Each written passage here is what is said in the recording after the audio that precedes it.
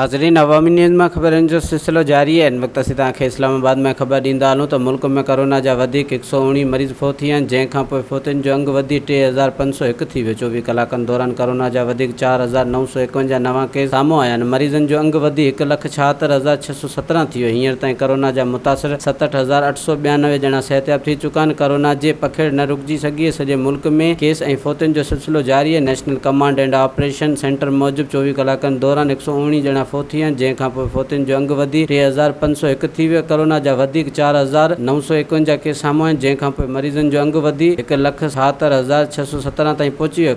Corona जा सभिनी खां वधीक केस सिंध में 67,353 आहे, पंजाब में 65,739, खैबर पख्तूनख्वा में 21,444, बलूचिस्तान में 9,238, इस्लामाबाद में 10,662, गिलगित बल्तिस्तान में 1,278 ऐं आज़ाद कश्मीर में 813 ॼणा कोरोना जा मरीज़ आहिनि। वधीक ख़बरनि ऐं तफ़सील जे लाइ विज़िट कयो असांजी वेबसाइट awamiNewsHD.com ऐं ॾिसंदा रहो अवामी न्यूज़ HD।